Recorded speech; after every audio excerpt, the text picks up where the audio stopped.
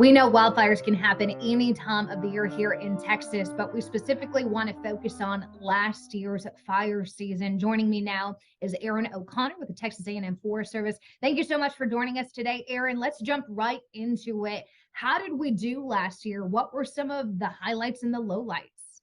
The 2022 wildfire year was certainly the most significant year that we have had in the state of Texas since 2011. I think most people that live here remember that year. It was very, very busy, very destructive fire year.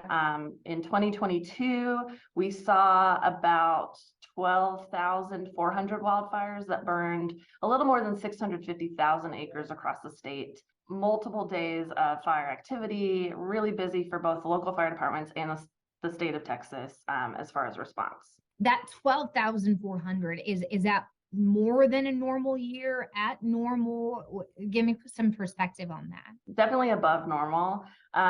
Texas A&M Forest Service, for example, we respond to about 1,400 wildfires a year on average. And last year we were well over 2,000. And that's just our organization. Every year is different. It certainly depends on the environment and the fuels conditions, the weather. Again, last year was certainly very significant, just as far as the conditions we were experiencing in the state, and that certainly played a part in how busy a year it was.